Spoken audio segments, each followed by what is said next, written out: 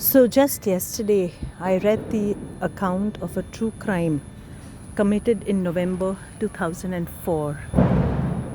I'm going to quote from an article on the web. Okay?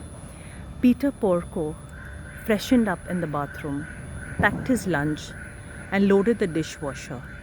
Somewhere between these small, unremarkable tasks, he even found time to write a check for one of his sons in college. A small act of care nestled into the routine. And then, like countless mornings before, Peter stepped out to grab the paper. The front door locked behind him. A small inconvenience, sure, but Peter was the kind of man who planned ahead. He walked to the hidden spot where the family kept their spare key, retrieved it, and let himself back inside the house. That's where his morning and his life went sharply off course. Peter collapsed just a few steps into his home, his body hitting the floor. But here's where the story stops resembling anything you would expect. Peter wasn't dead, not yet. He wasn't even aware entirely that he was dying. The truth was that Peter had been attacked hours earlier, struck 16 times in the head with an axe.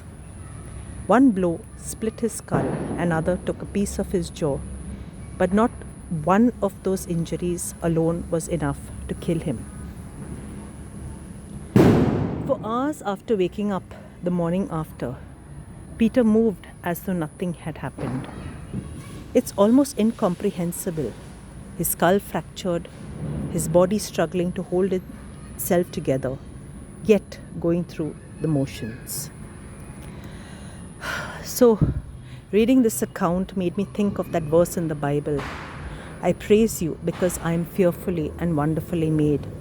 Psalm 139 verse 14. There is order and method in God's creation. All parts of the body have a purpose. Nothing is random. In critical situations, adrenaline is released in the body to kick in the fight or flee response. We can survive without food and water for weeks and few days respectively. We can adapt to extremes in temperatures up to certain levels. And finally, there have been so many instances like what we just narrated in the incident above, where people who have been mortally wounded or grievously injured have gone on to save the lives of others or themselves managed to come to a place where they could get help. I could go on and on about how fascinating this is, but let us just stop and thank our loving Father for not only knitting us together in our mother's wombs, but also equipping us with mechanisms to cope with dangerous situations.